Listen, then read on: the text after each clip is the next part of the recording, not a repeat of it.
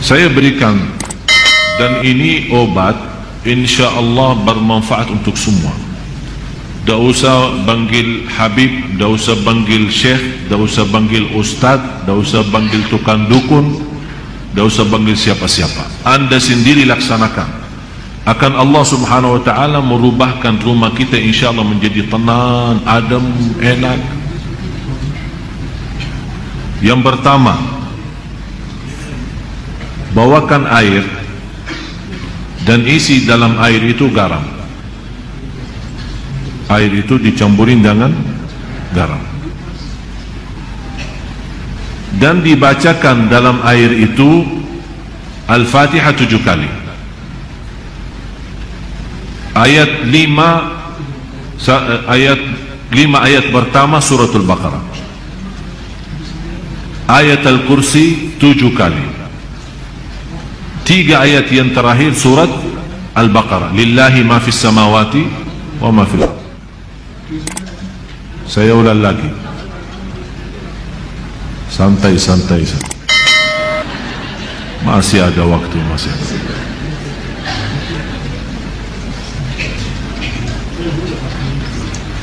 Air, isi dengan garam, dan dibacakan dalam air Al-Fatihah 7 kali. Yang kedua, 5 ayat pertama 1 kali, dari Alif Lam Mim sampai wa ulaika hum al-muflihun, 5 ayat. Yang ketiga, 7 kali ayat Al-Kursi. Yang keempat, 3 ayat yang terakhir suratul Baqarah, lillahi ma fis samawati wa ma fil ardh wa in tubdu ma fi anfusikum, sampai selesai.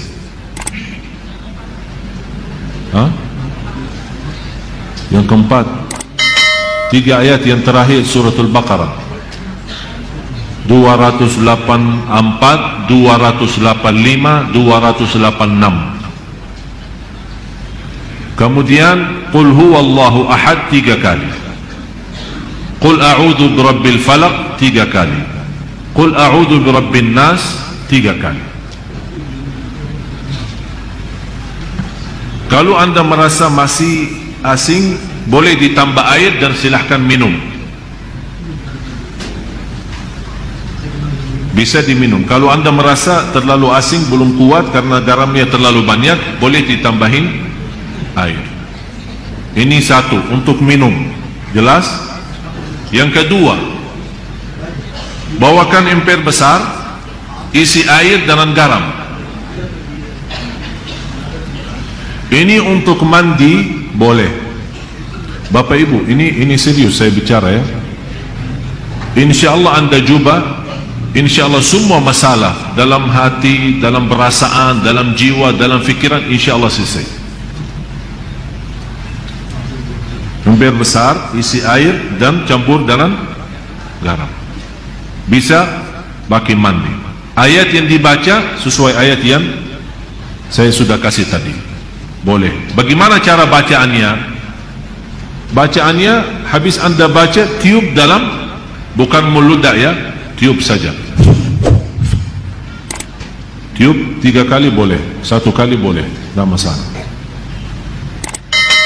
Yang ketiga, berarti yang pertama minum, yang kedua mandi, yang ketiga ember besar, isi air dengan garam. Dan kalau biasa suka bersihin rumah kan, lap-lap, suka lap-lap kan, pel. Udah, mulai hari ini kalau pel rumah, bagi air yang sudah tercampur dengan garam. Kenapa? Supaya meyakinkan garam itu di dalamnya ada energi positif, dan syaitan dan jin memiliki energi negatif. Jadi kalau kita bersihin rumah dan lap-lap rumah itu pel rumahnya dengan air dan tercampur dengan garam, syaitan tidak bisa masuk rumah itu. Apalagi kalau kita baca ayat Al-Kursi. Termasuk boleh mencucikan mobil kita, motor kita, boleh dengan bacaan seperti ini. Dan saya sampaikan begini karena sudah berkali-kali ada yang memberitakan soal rumahnya ada banyak masalah, saya tidak tahu apa. Dan mohon maaf, selama saya di Indonesia, mohon maaf ya, orang Indonesia terlalu banyak was-was. Jadi kalau merasa ada sesuatu, Ustaz, kayaknya ada di rumah apa-apa, padahal tidak ada. Tidak ada. Oleh karena itu di Indonesia cepat paling laku usaha tukang dukun. Laku cepat. Seperti ada seorang ibu, kasihan, maksud saya kasihan kalau kita mampu mengobati diri, mengamankan rumah kita, kenapa kita minta tolong orang lain? Inilah sudah saya berikan cara, insya Allah aman, insya Allah yakin, dan tidak ada dalamnya syirik. Itu yang paling bahaya. Ada seorang ibu kemarin minta sama saya tolong untuk masuk ke rumahnya, karena habis saya isi tabligh akbar di salah satu daerah di sini di Jakarta tidak jauh, dan dia minta tolong sambil nangis, ibu maaf saya tidak bisa, kalau mau masuk rumah berarti semua jamaah minta masuk rumahnya. Jadi lain kali dah ini saya sudah berapa lama tidak bisa masuk rumah saya. Kenapa? Ada banyak hantu. Sambil tolong Syekh datang. Barangkali dalam datangnya Syekh terusir ini hantu. Ini juga masalah sebenarnya. Ucapan hal seperti ini, memiliki keyakinan kalau seorang Syekh datang hantu bisa terusir, itu sudah punya fikiran salah. Cuma sekarang ini bagaimana saya mengobati masalah ibu ini? Saya terima, saya datang. Terus ibu apa cerita rumah ini? Ceritanya saya pernah didatangi seorang kiai, katanya kiai, katanya. Tapi begitu dia masuk ke rumah, dia langsung berkata, Bu, di rumah kamu ada banyak hantu. Mulai dari situ saya takut. Jadi saya minta tolong para kiai lain, tidak ada yang mau datang ke rumah saya. Malah saya bertambah takut. Akhirnya ada seorang dukun yang mau bantu, tapi dengan syarat dia mau membacakan apa, saya tidak tahu mau baca apa. Setiap satu ekor jin keluar 250. Setuju ibu itu, oh, boleh, tapi saya cuma ada 500. Udah, saya bantulah, saya masuk dulu, saya mau lihat berapa ekor ada.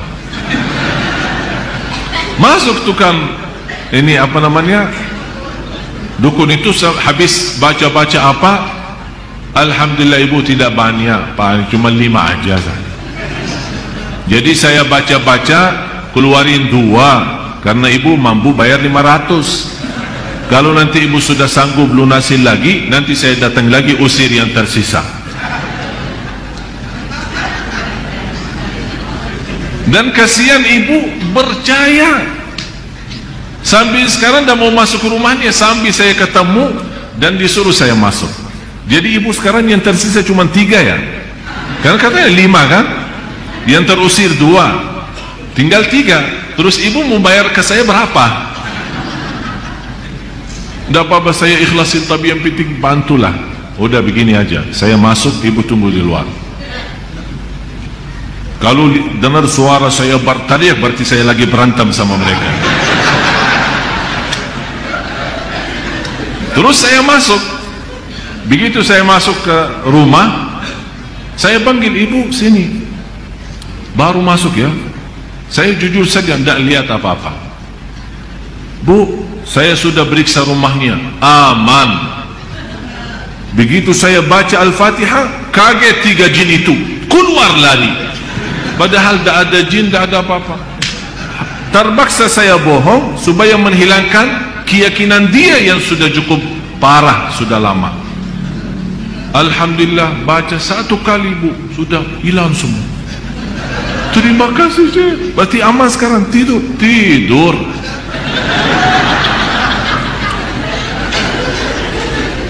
Dan saya kasih obat itu, bagi garam terus yang lain-lain. Terus dia bawakan amplop, lumayan lah.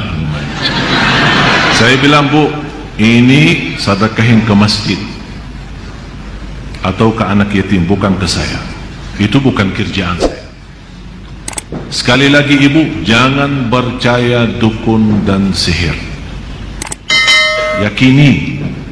Alhamdulillah, habis itu beliau rutin baca suratul Baqarah, dan alhamdulillah nyaman, enak. Malah sekarang rumahnya selalu ramai, pengunjung datang silaturahim banyak.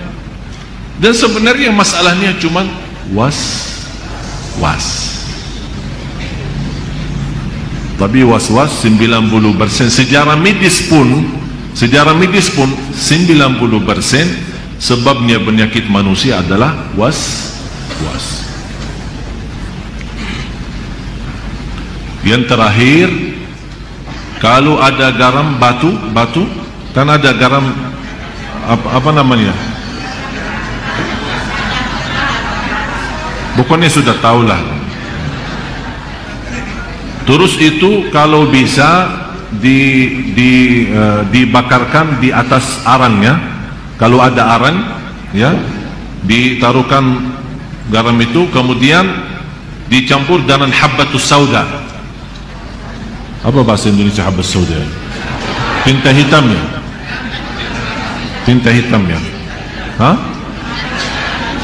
Udah habbatus sauda, semua sudah faham. Dan insyaAllah dengan asapnya, subhanallah, kalau kita coba, jangan takut, akan pertama akan apa istilah, meludak ya,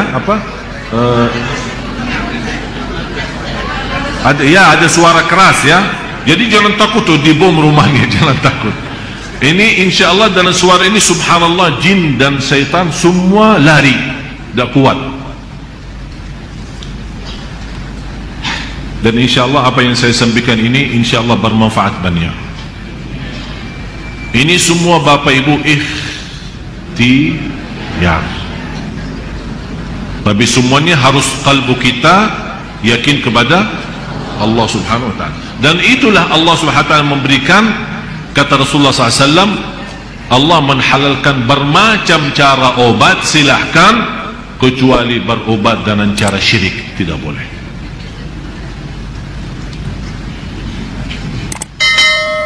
Mudah-mudahan Bapak Ibu berkenan mulai malam ini atau besok pagi, kalau lagi mau bersihin rumah, minta sama pembantunya, ya, rumahnya itu bagi air sama garam. InsyaAllah dijauhkan oleh Allah SWT dari godaan, dari penyakit, dari bahaya waswas, dari jiwa tidak tenang. InsyaAllah semua bisa diatasi.